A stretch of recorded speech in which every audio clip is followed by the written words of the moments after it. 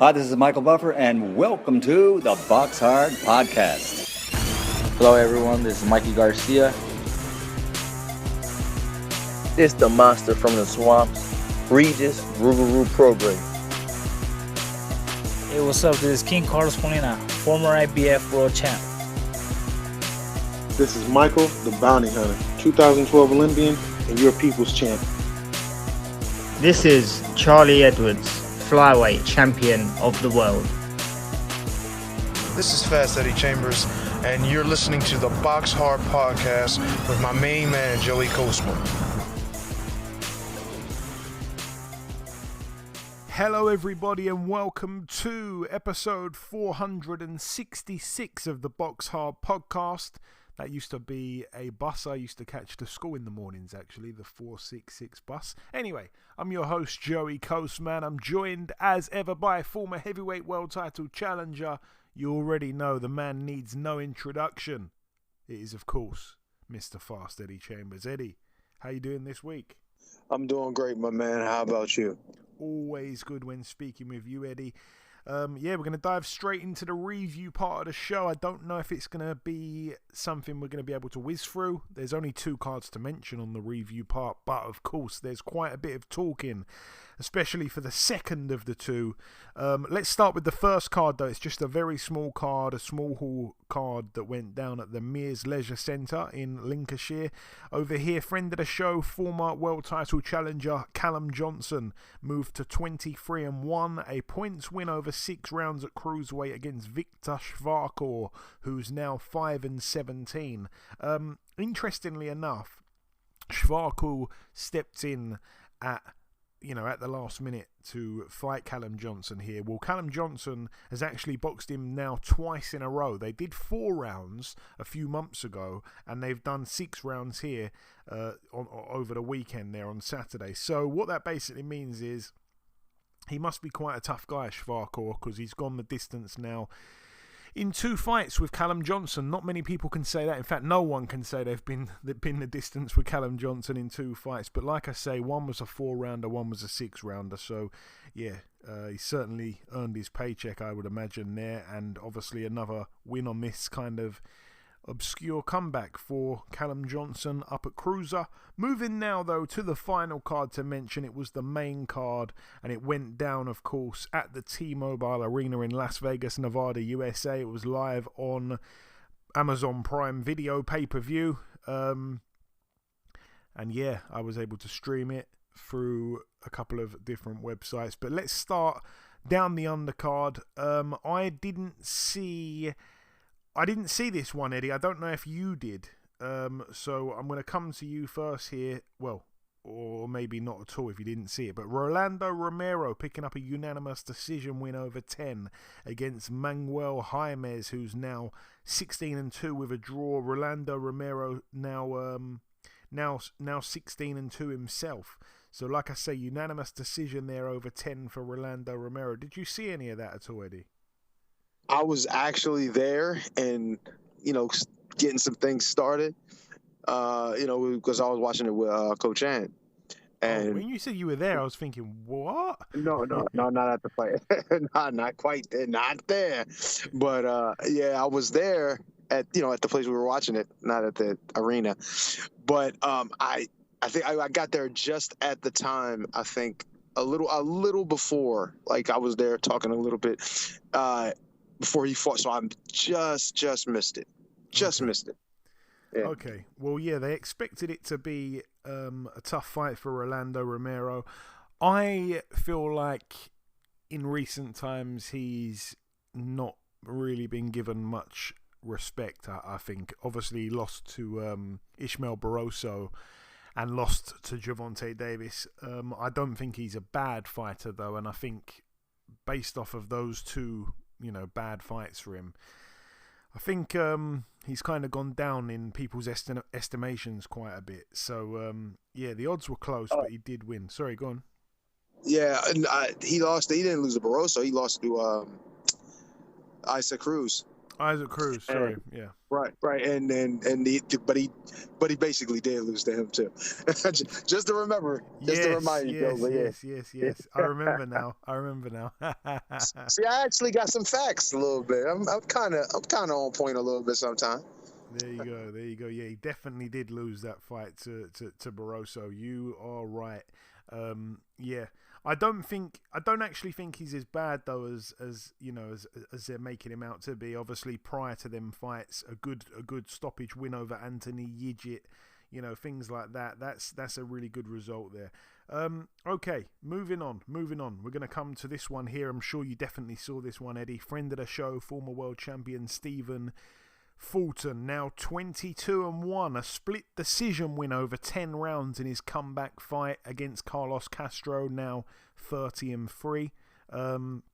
Fulton down in the 5th. I only caught the last sort of 3 rounds. I did see some of the highlights of the earlier stuff, but I only caught probably the last sort of 3 rounds, and by that point Fulton was starting to switch it up a bit.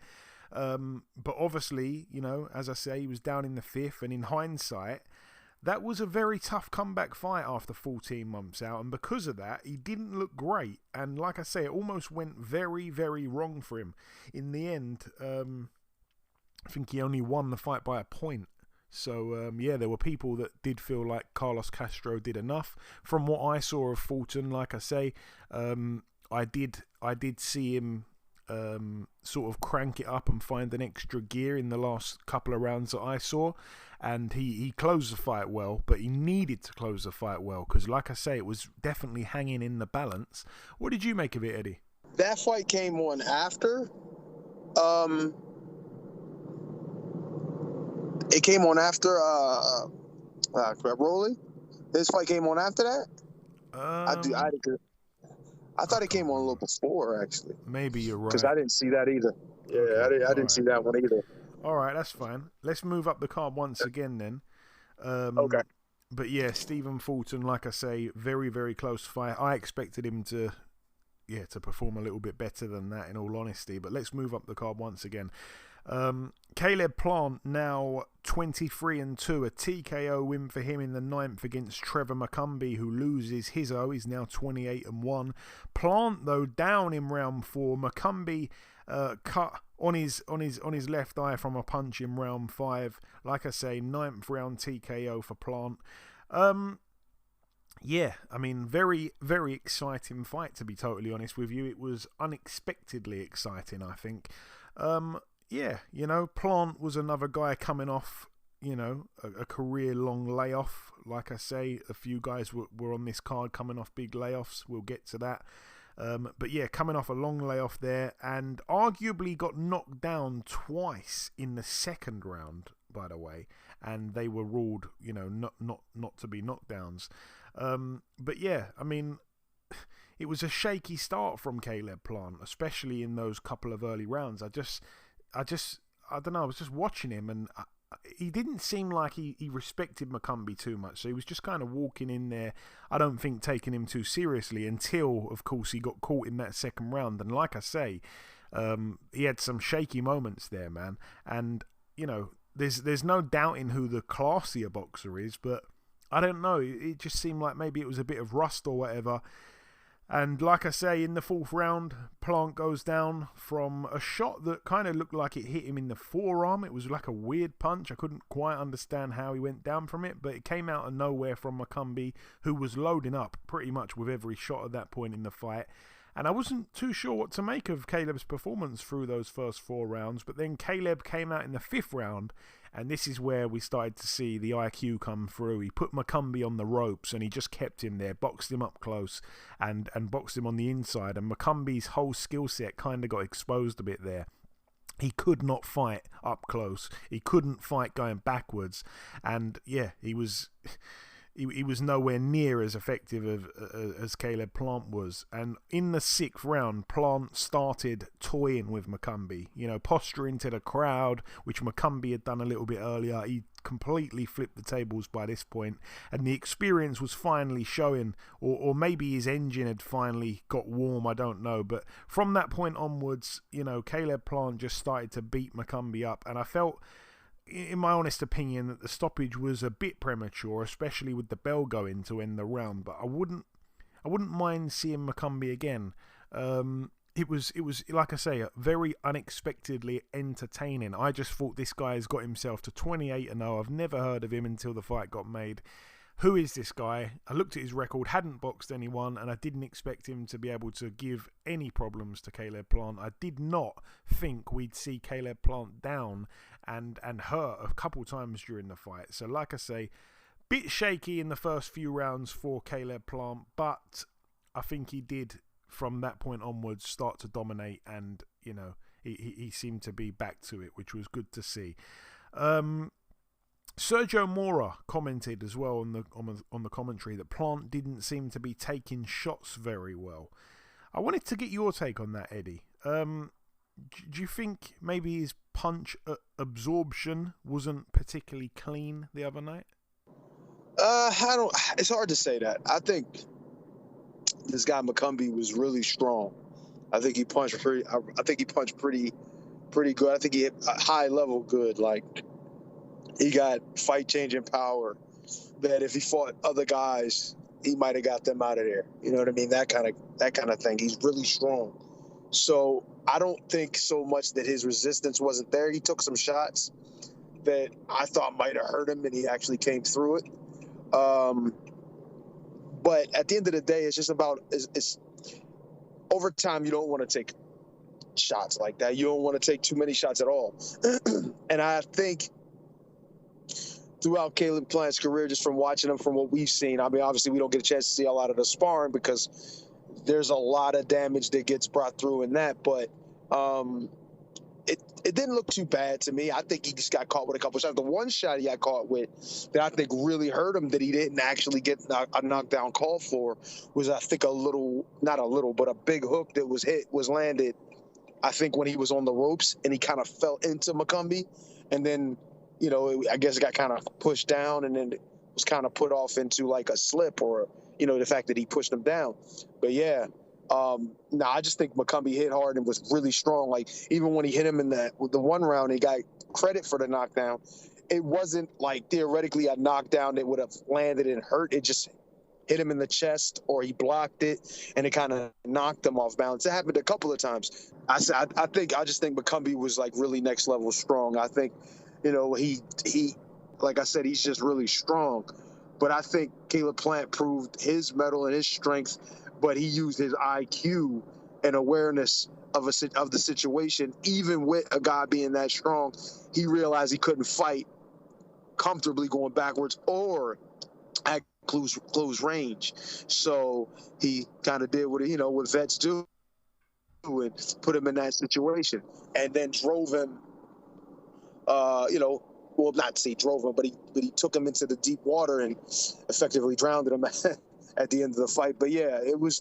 I really, really enjoyed that fight. It was an extremely exciting fight, and the skills and the ebbs and the flows and all of that was, as far as the drama even that was thrown in there, really lived up to the billing. So I mean, honestly, I didn't expect that fight of all to be the best fight of the night or the most exciting fight of the night. So that kind of surprised me. But Caleb Plant really he's a really, really good fighter. He got so many tools, and he's a tough guy too. It ain't like he's just got all that skills and no thrill. He got a lot of thrill with him too. Toughness and grit, determination, all of it. He had everything that night.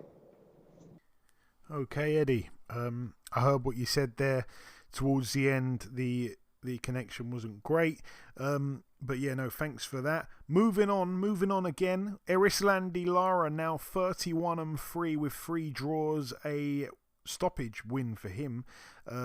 Like I say, 31-3 with 3 draws. He was able to make Danny Garcia retire on his stall after 9 rounds. Garcia didn't come out for the 10th. Garcia now 37-4. Garcia down in the 9th round, like I say, and that was the final round for him. His father, Angel Garcia, pulled him out in between rounds. What can I say here? I mean, I did say on last week's show, I just cannot see Danny Garcia winning this fight. On the actual day of the fight itself, I was a little bit less sure of Erislandy Lara winning, just because of the age factor and all the rest of it, and the fact that his recent level that he'd been boxing at wasn't particularly elite. Even though he's been looking good, he's been stopping people, he wasn't really boxing at kind of elite level for a while. So yeah, I wasn't as sure, but I still just felt I can't imagine Danny Garcia being too great up at 160. But that performance that he put in the other night, I mean, wow, I was really disappointed with that. The complete lack of punches he threw. I mean, that has to be it now for Danny Garcia. Obviously, like I say, he was the underdog. He was the undersized fighter. He looked small. You could see Lara looked big in there. But Danny just did absolutely nothing. And like I say, I know he was coming off such bad inactivity, but he was so bad, it was hard to believe, you know. Knocked down for the first time in his career from a shot that really didn't look like too much. And like I say, his dad decided to call the fight in between rounds. I mean, both men barely threw a punch. In one of the rounds, Danny Garcia actually didn't even land one punch. I mean, I felt it was quite an embarrassing performance, and surely he'll have to be riding off now into the sunset with a few extra thousands, you know, in his wallet. Surely after that, because who is going to want to see him again? And you know, I think honestly he overachieved as a boxer, and I think he made so much more money than he ever could have imagined he'd make. But like I say, credit to Lara, who at 41 is defying science and didn't get really out of first gear the other night, but still stopped Danny Garcia. Can't really knock Lara, but like I say, Garcia, surely he's got to retire after that. And he went out to an eruption of boos in the arena. It's not really the way you'd want your career to end, but I think he's only interested in the money at this point, and I think that's been the case for a few years now, to be honest, and that's probably why he's been so inactive, because he gets paid and then he goes away, and even though he doesn't sort of boil up in weight, he doesn't really live a boxer's lifestyle at all. He likes to spend a lot of money, and you know, he's always been a flashy cat. So anyway, like I say, the boxing itself, Eddie, he was very poor the other night, Danny Garcia, and I mean, boy, I don't even know what to make of that performance, man. I surely they can't give him another fight after that. Surely that has to be it. Well, you know, it's with Lara. He just got so much things with his game. It's really difficult for a guy, especially moving up in weight like that, up to 160, which is I think one weight class higher than what he had been. But it's a little, you know, uncharted territory for him. Plus, like I said, Lara has a lot of different wrinkles, a lot of different dimensions. It's really difficult. It's like he can move, but then he can come forward and defend the shots at close range. You know, he's really, really difficult to look good against.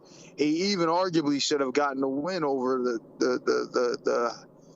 the main man on the card, who's Canelo. So it's a really big ask to have Danny Garcia, who was at his best at 140, 147, to come and try to compete with a guy like Lara at 160. And, you know, now he's fighting somebody who's probably one of the best boxers, you know, one of the best technicians as far as, and in southpaw, one of the craftiest guys at range and up close. It's just a lot to ask. And for a guy coming off a couple years layoff, to be sharp enough to even be able to compete. And if you can even see it with Danny, like, I think that shot that he got hit with that put him down hurt him, but it hurt him in a way like, he was like, he could, if he would have got hit like that and been in a fight where he was, you know, it was a fire fight where he had a shot, he would have kept going. But I'm telling you, I've seen that look many times before with fighters. He had nothing. And what I mean by nothing is not his energy or not what he could, you know, bring to the fight. It was just he had nothing that he's seen that he can capitalize off. Lara completely was ahead of him in every aspect. There was nothing that Danny could have done to close the gap as far as for landing shots. Like, he tried. There was a couple of times he landed couple of shots here and there. In one of the rounds, his best round, I think it was right before his stoppage, if I'm not mistaken. But then the next round, Lara comes out, same thing, gets behind the jab. He's punching off-beat rhythm. It was just Danny couldn't even see the shots coming. You know what I mean? A little bit was from the rust, but a lot of it was from just what Lara does. And it's a lot of things that is under the hood that people can't really see, right there, in their face. So, it's crazy to say. As boring as a fight as it was, there was so much to learn and take from it if you could really pay attention to small details, mainly from what Lara did to nullify what Danny was bringing. But it just made it really difficult. Danny just couldn't get anything off. No, he couldn't get anything off, and like I say, it was a disappointing performance from the former champion. Okay, that then just leaves the main event. Saul Canelo Alvarez now 62-2 with 2 draws, a unanimous decision over 12 against Edgar Berlanga, now 22-1. He loses his it was for the WBC and WBO super-middleweight world titles. Berlanga down in the third. Very dominating performance for Saul Canelo Alvarez. Like I say, we expected this from Canelo. We said on last week's show, I said on last week's show, this is the fight that no one's really asked for. Canelo's kind of got to that point where he can pick who he wants to fight now. He's kind of earned that right, I suppose. And, no one really wanted this fight apart from him, in all honesty. We all thought it was going to be an easy touch. One thing I didn't read too much into, and I kind of wish I did now going into the fight, was the size difference. Like, Berlanga obviously rehydrated massively and looked huge in the ring on the night against Canelo, and that was a major factor, I think, in Berlanga being able to survive through the whole fight. Because like I say, when he was down in the third round, I thought, this is kind of what me and Eddie said. We said there's probably going to be a stoppage somewhere around the mid-rounds. I think you said, Eddie, that it could even be sooner than that. It looked like we were right on cue, to be honest with you, when he dropped him in the third. And he did, when Berlanga got back up, Canelo did try to go in for the finish. Credit to Berlanga, I think he's still got, a decent future in the sport. I think that obviously he was completely overmatched and outgunned the other night, but I do think he'll probably learn a bit from that. He was made to be on the back foot for the whole fight, really, against a much smaller man in Canelo, which speaks for itself. Honestly, Canelo was really good the other night. The only thing that he didn't get was the stoppage, which I was gutted about, because I'd put a big bet on for Canelo to win that fight by stoppage. And I was on to win something nice, man, and I was gutted. When he dropped him in the third round, I thought that's it, the money's in the bank, you know what I'm saying? But then obviously somehow he wound up surviving and going to 12. Even there was a moment, I think in the 9th round or something, where Edgar Berlanga's corner were actually saying to him, hey man, you sure you're all right? Like, they were thinking possibly about pulling him out. But yeah, the scores in the end, 118-109 twice, 117-110. Obviously, like I say, there was a 10-8 in there as well.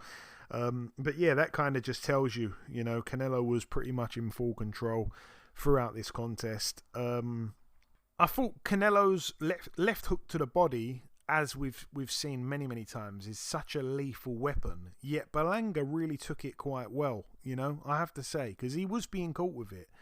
I didn't think Canelo feinted as much as he normally does the other night. I would have liked to have seen a few more feints. I was quite surprised to see, to not really see him as often as we usually do, especially with a bigger man who's got a much kind of smaller IQ.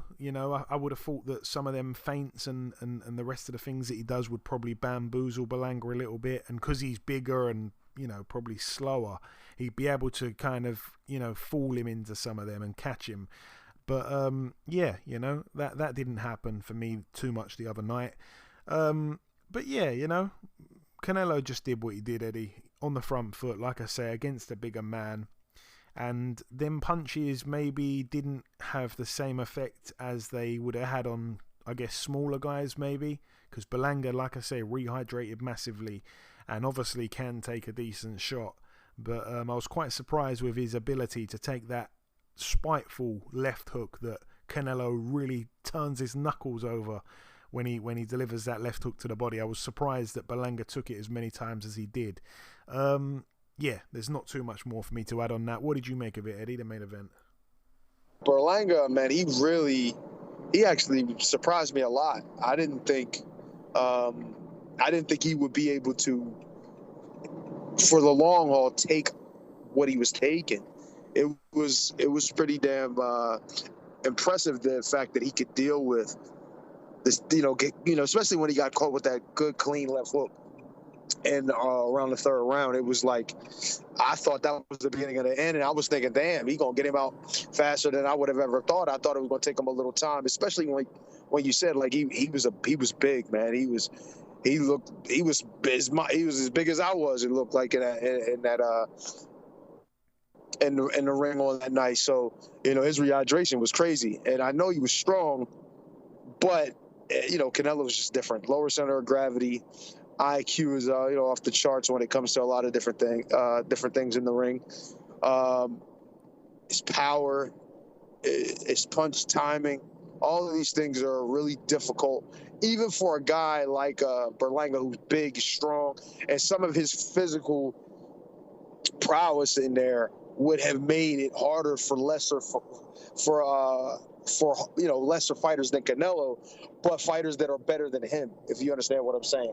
It would have made for it made for a great fight with Canelo, but it would have been an even better fight with somebody who was less. Like, say, for example, as good as Caleb Plant was in that night, he would have really had a hard fight with a guy like Berlanga because he's such a big, strong guy. He would have gave him so much more trouble just from the physical nature of things. You know what I'm saying? Even though Caleb Plant has a hell of an IQ, he's tough.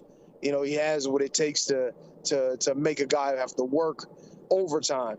But he could have given somebody like that trouble, even though they're so much better. But with Canelo, it's just a different thing. He has it all wrapped into one, and he's also a little shorter, which doesn't necessarily take away from what he does well, because he got that lower center of gravity. So it was just bad. It was an impressive thing to see Canelo, but we expected Canelo to be what he was on the night. So it's not like I'm amazed at what he did. I'm just amazed, honestly, at Berlanga's toughness and willingness to stay in the fight, even when it wasn't going his way and it looked like he was going to be stopped. So, yeah, man, shout out to him for that. But, of course, typical for Canelo, really good performance. But I don't know how many more fights he's going to have, if it's, one more, two more, three more, whatever. But it would be good to get David Benavidez in there at some point. So, yeah, just looking forward to the future with these guys. Yeah, we can only pray for that Benavidez fight. Hopefully we do get it. I do feel like Canelo is slowly but surely running out of opponents to pick from, and I don't know how long he's going to carry on for. Obviously, he's had 65 odd fights now. But yeah, okay, there we go. That wraps up the review part of the show. It's now time to welcome this week's special guest. Ladies and gentlemen, please welcome the former super-middleweight world title challenger herself. It is, of course, Miss Shadasia Green. Shadasia, welcome back on the show. Thank you for having me, sir. I appreciate you. Hey, I appreciate you coming back on, Shadasia. So we last spoke back in August of last year. At the time, you'd just beaten Olivia Curry. Let's pick up from where we left off. Obviously, in December of last year, you boxed Franchon Crews. You were the betting favourite. However, it wasn't quite to be. I know it's been 9 months ago now. We're very much looking in the past here, almost a year. But walk me through that fight, Shadasia, what you can remember of it. I just remember going through so much within camp and changing and switching gyms, and I kind of brought it into the ring with me, and my performance was just that. I mean, I wasn't the myself that day. Didn't fight my best fight, and it slipped away from me, Yeah, it's obviously tough, like you say, when you're changing gyms. I think a lot of boxing fans are unable to understand the impact it can have in preparation, mentally. I reached out to you after the loss via text, and you told me that you were a bit mad with yourself because you weren't yourself in the ring that night, but you did feel that you'd be back stronger and that it would perhaps be a blessing in disguise. Do you still feel that way now, Shadasia? Absolutely. I think that I needed that to happen to me to come to full center, the type of fighter that I am today. Even training and that focus and being home in a gym where you're prioritizing the number one thing on the agenda is to just go out and be your best self, your successful self, and be victorious. So like I said, I still feel the same about that way. Wouldn't take anything away from Franchon. She was the better fighter, and that night, and sometimes you got to take a loss to really get the great wins. And I wanted to ask you as well, Shadasia, is that a rematch you feel you need? Oh, I would love the rematch. Definitely necessary, but I'm prioritizing becoming a super-middleweight world champion, so there's not much that we can do to force a rematch or anything, and I'm hoping that someday in the future we could come to terms and share the ring again, And obviously most valuable promotions have stuck by you throughout this, the aftermath of the loss. Absolutely. They're stuck by me 100%. They just want the best for me, and they keep on, they continue to bless me with opportunities to showcase my true skill. And talking of those opportunities, obviously you did return to the ring back in July of this year against Natasha Spence. Obviously, I was one of the many people from the UK that stayed up to the early hours and watched it live. Talk me through that, Shadasia. Obviously, Spence was a tough girl and credited with a very, very, very questionable knockdown. Shouldn't have been. No, definitely shouldn't have been. I enjoyed myself that fight. There was a lot of pressure on the return, of course, but I lived up to the moment. I embraced the moment, and Natasha Spence was a game opponent. I look to be extremely better than that fight, my next fight. So it's just basically just really getting back out there and being that A-level fighter that I know I can be. And also, Shadasia, when we spoke the other day, just briefly, am I right in saying that you said you were working? Yes. Tell me about training? That. Oh, it was just training. It wasn't actually working. Oh, yes, training and working. I worked with children in my city. As I worked for Patterson Recreation, where I basically go around and teach kids how to box and strength and agility drills and motivational conversations, and just giving the kids a sight, the fact that somebody, a city from where I'm from, you can do whatever it is that you want to do, whatever you put your mind to. So I work for Patterson Recreation, and I work with all different type of kids, and they really enjoy my time with them. I go to different campsites and train, and I also do some personal training with it's basically just kids. Haven't really gotten the gist of adults, but I just want to be able to reach my community in a way that I probably wish that I could have had as a child too. The blessing about it is they get to see me. They love Jake Paul, and they get to see me fight on his cars, and then I'm reachable. I come back to my city and share my gift with them. So, yep. Oh, that's super cool, man. Big pat on the back to you there. That's amazing, man. That's brilliant, especially like you say for Patterson. Oh, that's amazing. That's great to hear. Appreciate it. Talking of the next step, Shadasia, when will you be fighting next? That's what I'm dying to know. Very soon. I can't make any announcements yet. As you know, we can't really, but you guys will definitely see me soon, and I'm ready to put on another an amazing performance. Obviously, again, I know you can't tell us too much. I'm not going to push you on that at all. But your next fight, is it likely?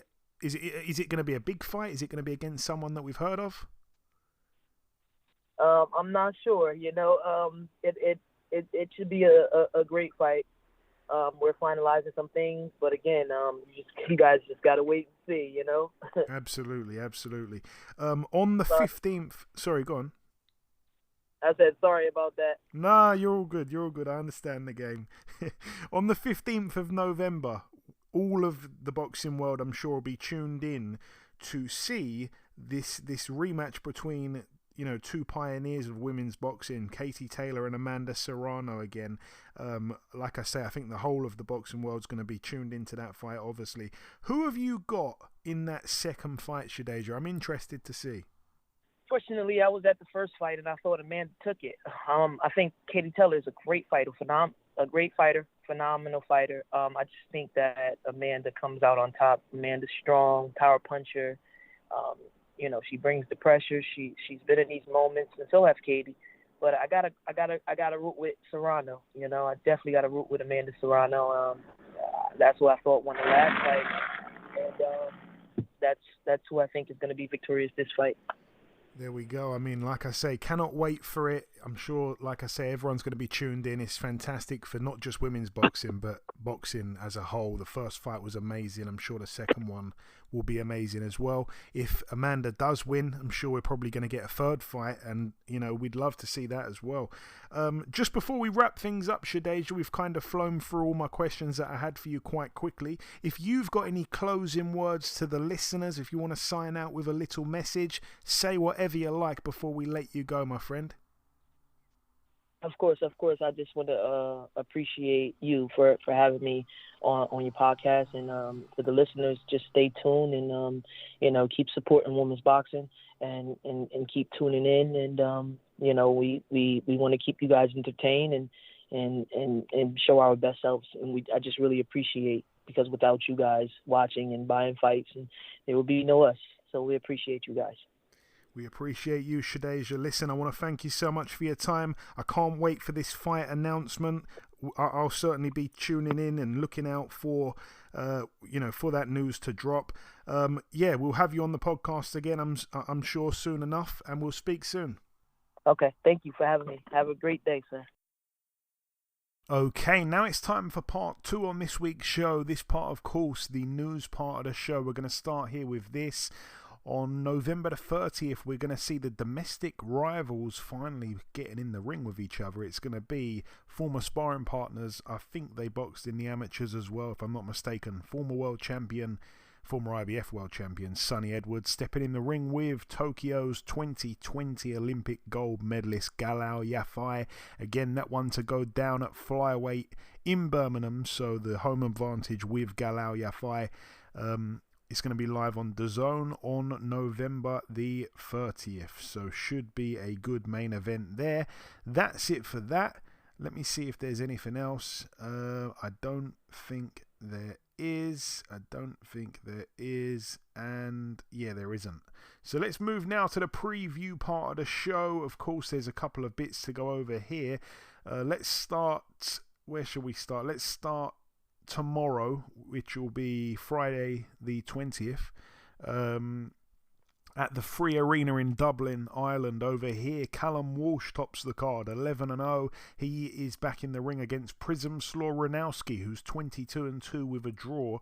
It's for the WBC Continental Americas Super Welterweight title. That's over 10 rounds there at Super Welter. Off the top of my head, Ranowski, you know, he's not a puncher, obviously from Poland. I think he boxed Josh Kelly and Michael McKinson. I think Michael McKinson dropped him maybe once or twice, but I think he went the distance in that fight, and I think he lost on points as well to Josh Kelly. Yeah, you know, it's a homecoming there for Callum Walsh. Also on the undercard as well, Thomas Carty, who is a bit of a fun heavyweight. He's 8-0. He's back in an 8-rounder here against Jonathan Vergara, who's 6-1. Moving now to the Desert Diamond Arena in Glendale, Arizona, USA. It's going to be live on ESPN. It's going to be live on Sky Sports, I would have thought, on the Friday night. Like I say, we have Emiliano Vargas, 11-0, stepping in with Larry Friars, who's 13-6-1. That's over 8 rounds at super lightweight. We've got Richard Torres Jr. 10-0 in an 8-rounder against Joey Dawejko, 28-11 with 4 draws. And the main event, Jaime Munguia, 43-1, coming off that loss to Canelo Alvarez, back in a 12-rounder here against Eric Bazinian, who's managed to quite successfully get himself to 32-0 with a draw, though Munguia is a big favourite in that one. Eddie, did you want to say anything on that co-main, the heavyweight clash briefly? Well, going to be interesting. I know Richard Torres is really busy, and obviously I have some history with Joey Dawejko, recent history. And he looks good, Joey, for the fight and everything. I mean, looks is, that's a relative term. Not really a body beautiful, a bigger guy, but strong. He still counterpunches well. Still has somewhat sharp reflexes, but it's really just, I think, what Torres is going to bring to the table as far as how busy he is and how young and enthusiastic about boxing and where he's going. You know what I mean? He's obviously got title in his future. He's hoping. So I mean, they're kind of at different places in their career. So I mean, I'm just hoping for Joey that he's able to pull something off. But it's going to be a very interesting fight, and I think the work that Joey got with me is going to definitely help him win this fight. But yeah, good fight. Looking forward to it. Modest as ever from Eddie. The main event, Munguia Bazinian, like I say, should be an interesting-ish fight. I mean, I'm expecting Munguia to just be able to outwork Bazinian. I'm not a massive fan of Bazinian. I think he's, got a little bit of an inflated record at this point. I think Munguia, 43 wins. Obviously, a lot of that is a little bit inflated as well, but he has got some solid wins on there, whereas Bazinian's wins, only about 2 of his opponents are actually noticeable, recognisable names. So, he's not that good, Bazinian. Like I say, I think he doesn't like, when the pressure's being put on him. I don't think he copes with it very well, and I think that Munguia's work rate is going to be the answer here. He's going to just outwork Bazinian, and I wouldn't be surprised if he stops him probably in the mid to late rounds. But again, should be an all-action fight while it lasts. Bazinian will come to fight, and obviously Munguia always, comes to fight. He's always in great fights.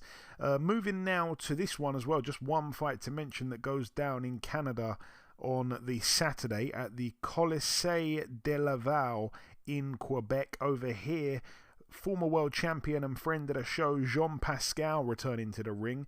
He's actually boxing here at cruiserweight. He hasn't been in the ring for quite a long time. It's been over a year. He's 36-7 with a draw. He steps in with the 13-0 undefeated Terry Osias.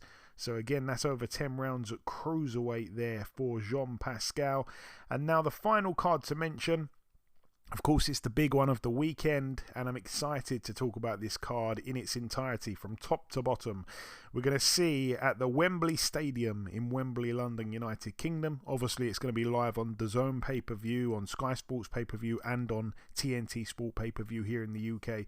But on the undercard, let's start with it. Like I say, Mark Chamberlain, 16-0, stepping in with the 14-0 Josh Padley. That's the battle of the undefeateds there. Somebody's O must go. I think everyone will agree that's kind of the underwhelming fight on the card, to be honest. That's no disrespect there to Josh Padley, but I don't think anyone really fancies his chances in this fight against Mark Chamberlain, who, just seems like he's getting better and better every single fight. It's interesting that they haven't actually said how many rounds that fight is just yet, but, it is what it is. Like I say, you'd have to favour Mark Chamberlain in that one massively. Moving up the card once again, this is going to be a really, really interesting fight in my opinion. Joshua Buatsi, 18-0, is for the interim WBO World Light Heavyweight title. He steps in with 18-1 Willie Hutchinson, who's coming off a career best win last time against Craig Richards. I have to say, Willie Hutchinson, he's a friend of the show. He first come on this podcast years ago. We've had him on, I think, once or twice this year already. I say already, but we don't really tend to interview a fighter twice in a year, at this point on the podcast and stuff like that anymore. But Willie Hutchinson, I did not give him a prayer against Craig Richards. Obviously, I was very wrong in that pick there. Willie Hutchinson went above and beyond in terms of proving how solid he is as a fighter. I was so impressed with him that night. I don't think I'll ever be able to forget that performance from him. He was just excellent, really, from start to finish. Showed a fantastic gas tank. Very tricky, offbeat as well, which is something I've learned from you, Eddie. I think it's a really good, boxing saying, if you like. It makes a lot of sense. He's a trickster, and he was able to box rings around Craig Richards. And Craig Richards, to be honest, didn't look very good. I don't know if that played a part as well, but I was so impressed with Willie Hutchinson, and he gets in here with Joshua Buatsi, who for me has kind of been cleaning up domestically, really. He's beaten Craig Richards, he's beaten Dan Aziz now. He's I think got a win over one or two other domestic guys, but at the same time, he hasn't really gone on to that next level just yet. This is the perfect fight for both men. Obviously, it's an all British clash, but the winner has got big things coming after this, and like I say, it's for an interim world title, which doesn't make too much sense to me, especially as Beterbiev and Bivol are boxing, I think, next month now for the undisputed title, so I don't understand that, but whatever, we're not going to complain, we're not going to get into the politics of it, but a really good fight. Like I say, Buatsi's the favourite in this fight. It makes sense that he's the favourite, but you wouldn't want to write Willie Hutchinson off. He's just about 2-1 as an underdog, so the bookies aren't making the same mistake as what they made on him with Craig Richards, and I wouldn't want to write him off. Like I say, my pick for this, if I was going to really be pushed, I would say it goes the distance. I don't think Buatsi's going to stop Willie Hutchinson. I think Willie Hutchinson could potentially win this fight, even though he's saying he's going to get a knockout. I don't think that's going to happen for Willie. I think we're going to see either Willie Hutchinson win on points or Josh Buatsi to win on points, and Willie Hutchinson's 4-1, Buatsi's 13-8. So again, I think you can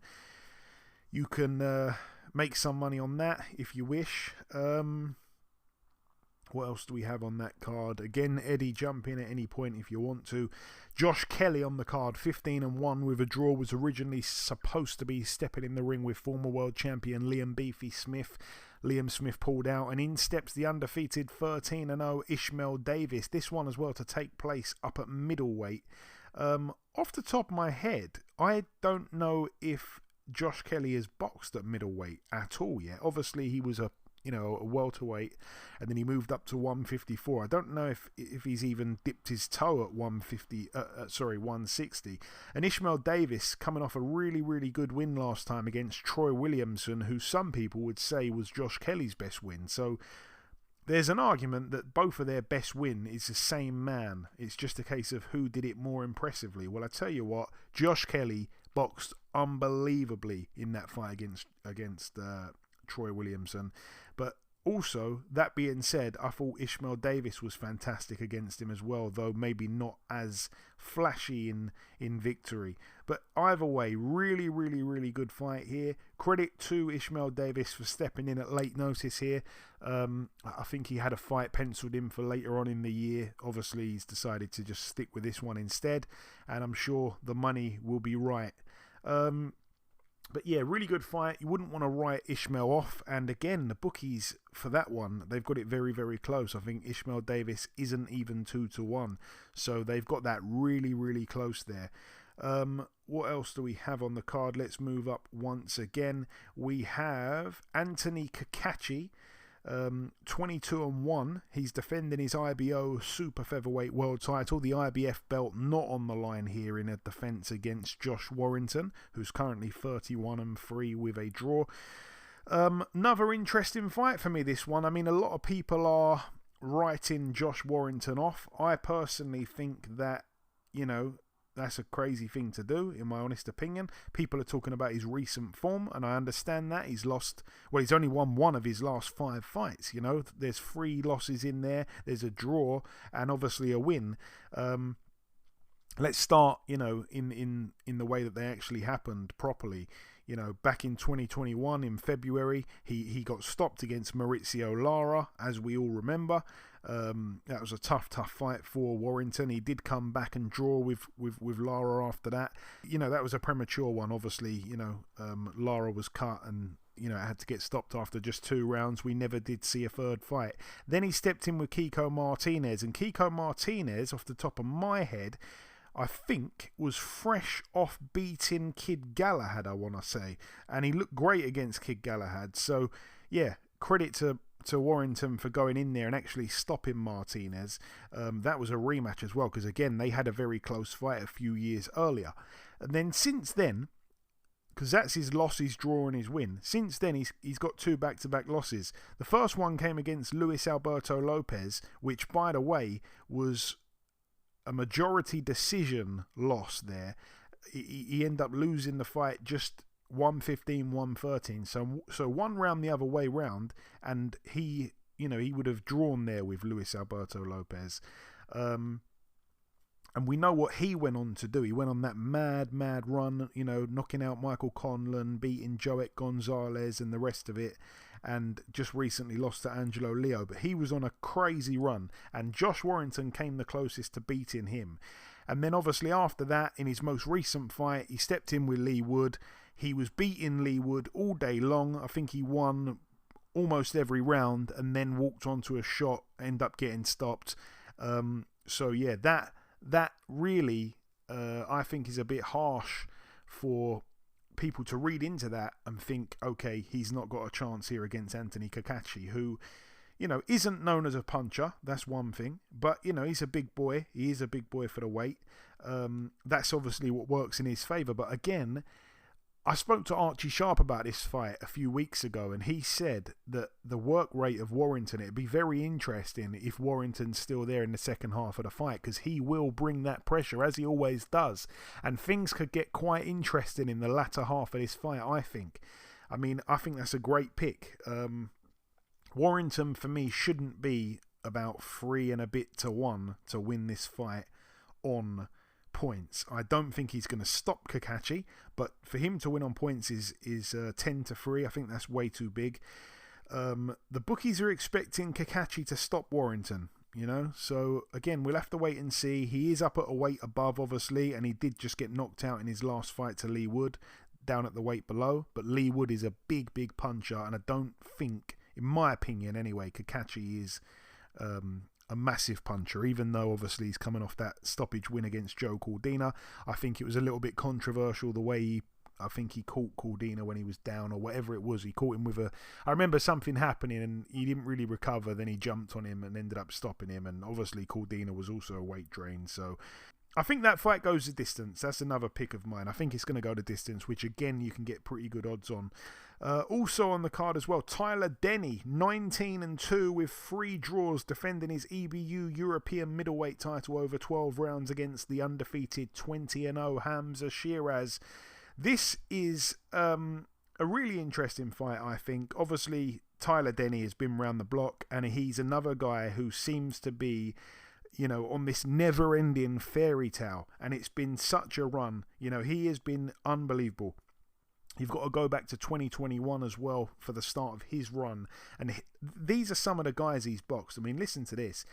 He beat Derek Asazi, who was 10-0. Then he stepped in with River Wilson Bent, who was 10-0. There was a draw there. Then they rematched, and River Wilson Bent went away and picked up 2 more wins. So he was 12-0 with a draw.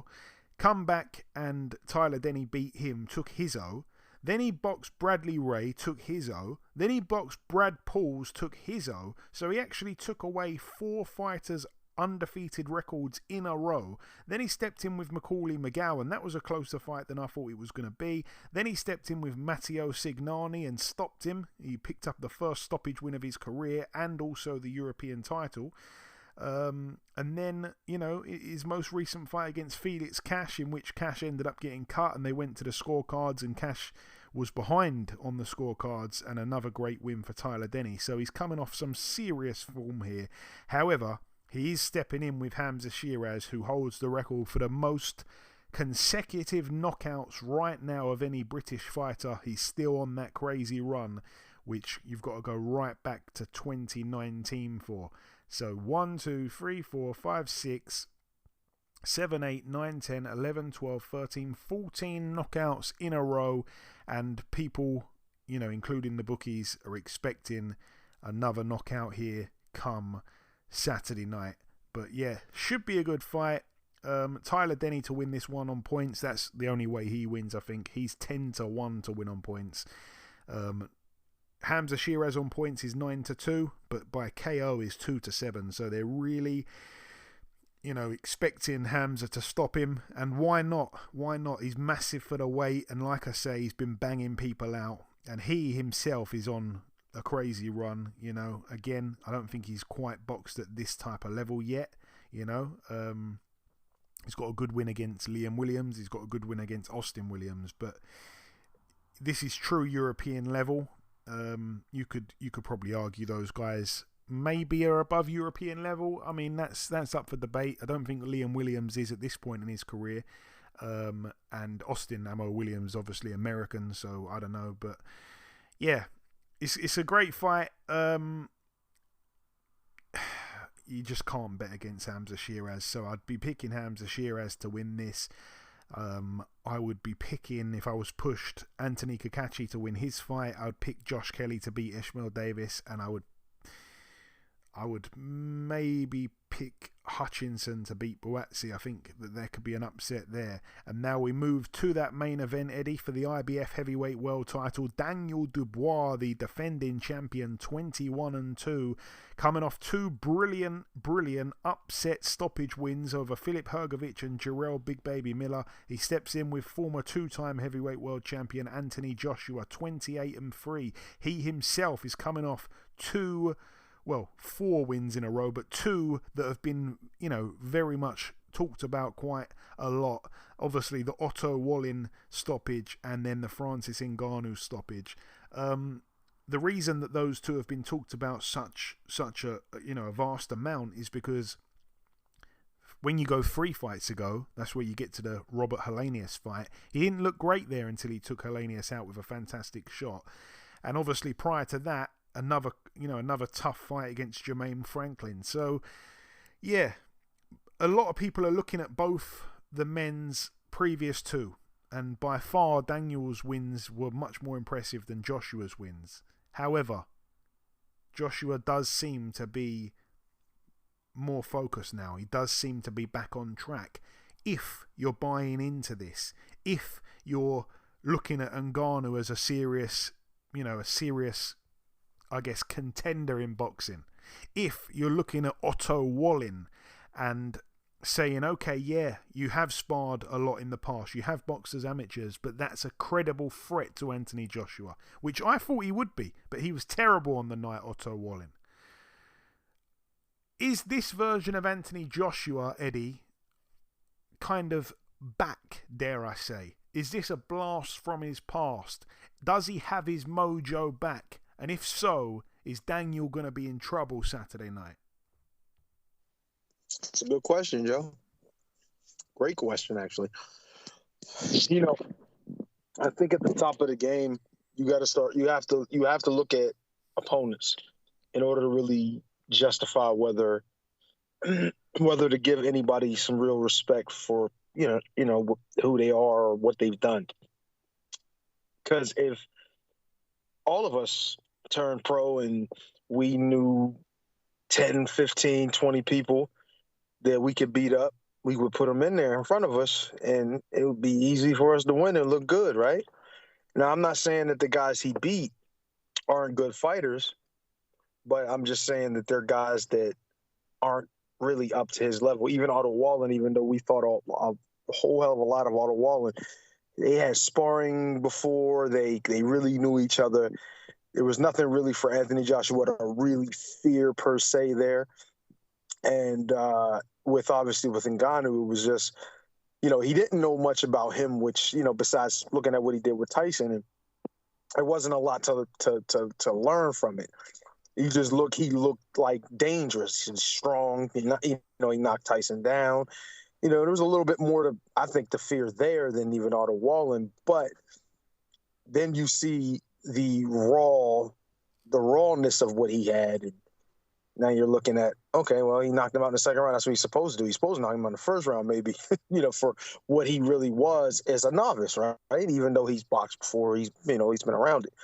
But it's really hard to, and then the 2 wins before were kind of like pedestrian at level at best. So it's like, and those were 2 good fighters, good competition, but they gave him trouble. This is another fighter who is, what we expect is it's going to be great competition, not just good.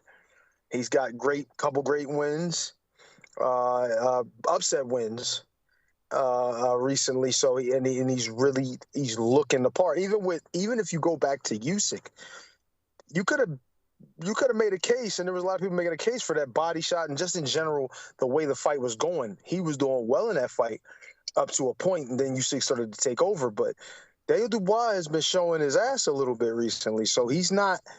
He has plenty of good reason to go in this fight with a whole hell of a lot of confidence. But then there's, the eye test of things. And I'm not saying Daniel Dubois doesn't pass it. He does to a degree, but I just think he's a little too basic. There's not enough, in my opinion, from what I've seen. I mean, I've seen some stuff recently. It just seems pretty basic, really strong punch, really hard. Not overly fast, not really that much of a counter puncher per se. I mean, he would counter punch if it's there. 1, 2, plotting. I mean, moves. He does some, like I say, he does some things good. I'm not trying to take his game apart and say he's not, he's not where he should be. Of course he is. But it's just what I'm saying is, if I see a guy in front of me and he does the very basic things well, but he does basic things, I'm going to be able to throw too many wrinkles in there for him to figure out, and I'm going to take him apart. I think Anthony Joshua is a little closer to that than what Daniel Dubois is. So that's why if I'm going to pick a fighter in a fight like this where both guys, kind of measure up somewhat equally in some instances, obviously AJ having the Olympic gold and all, he edges him in amateur background and overall, pedigree. If you want to, and because of, former titleist and all of that too. And, obviously Dubois was current, but still, you know what I'm saying? With Anthony Joshua's history, he's been one of the top heavyweights for the last, 5, 6, 7, 8, years. So he understands what that is a little more than what Daniel Dubois, I think, is at this point. A little more experience. And like I said, more wrinkles, more wrinkles. I think, if he's able to keep him on the end of that jab, if he's able to utilize footwork, maybe keep Daniel Dubois turning a little bit, don't let him just walk in and make him run into something as he is, he can win this fight. He can win a decision. He can win a late stoppage, in my opinion, because I think Daniel Dubois does have a really good chin from what I've seen, except for that fight that he had with the cruiserweight that came up, Kevin Lorena. But every other fight I've seen him in, he's taking shots pretty well. So, but we are talking about Anthony Joshua, who's a big puncher. So if he runs into one of those shots, I don't give a damn how good a chin you are. If you get caught right, it's over. So, but then there's the other side. Obviously, we've seen AJ stopped. We've seen him upset in fights that he should have won. We've seen him, seem to lose focus and, go on a tirade after the fight. So, we've seen some things where his mind is not right. And I think if Daniel Dubois can get in his head a little bit early, with some good rounds, some early rounds, he could upset the apple cart. He can ruin things for him, and he could punch it. If he catch him right too, he could put him down. So if he's able to, even though, like I said, basic, don't really do a lot of things and have a lot of that doesn't mean his game isn't good. You know what I mean? Triple G was basic, but he had a lot of little things under the hood that we don't see. So I anticipate Daniel Dubois has the same kind of thing going on, and he got those heavy hands, and he has the know-how of how to use them. So if AJ for whatever reason loses focus, gets out of line, gets emotional, I think he's gonna hand it right over to him. He's gonna give him the opportunity to take him out, and I can see that happening as well. But if I'm moved to pick, I'm gonna go with AJ by. I'm gonna say late round stoppage or decision. You know what I mean? If I'm gonna go at all, I mean, don't get me wrong.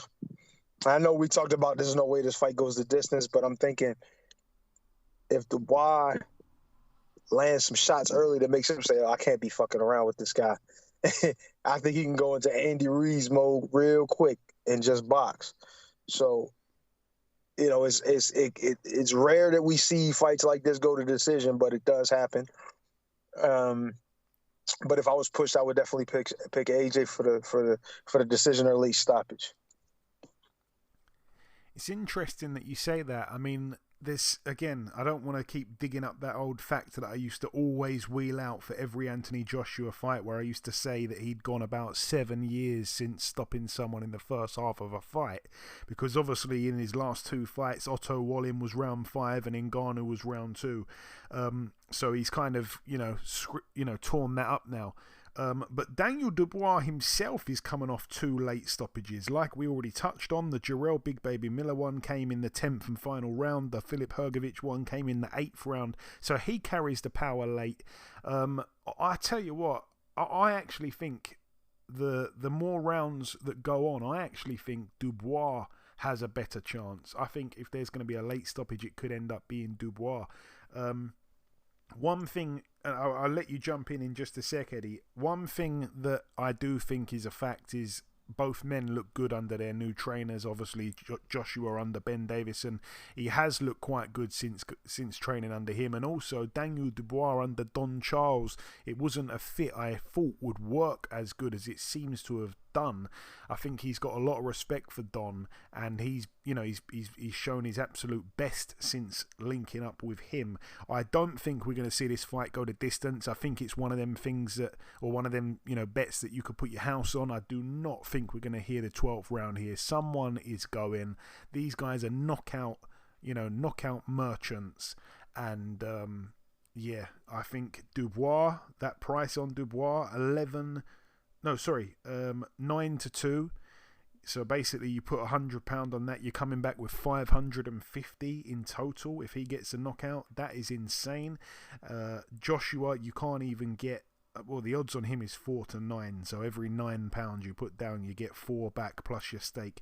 You could, if you fancy either of them, I think they're both good prices, even though Joshua, the odds are a little bit poor, but if you add that with a few other little picks, then it can beef it up.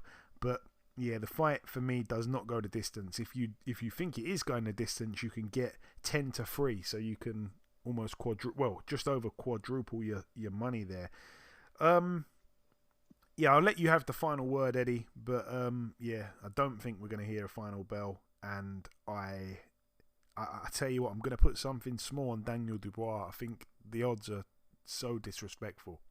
Yeah, no, I wasn't really going to say much. I was just going to I was going to agree with one of the statements you made as far as, Daniel Dubois has, like you said, picked up a few late on knockouts and just in general has looked good, and like some new trainers. So I was just going to agree with some things, but I was going to say that it really, I think, depends upon how the early part of the fight goes.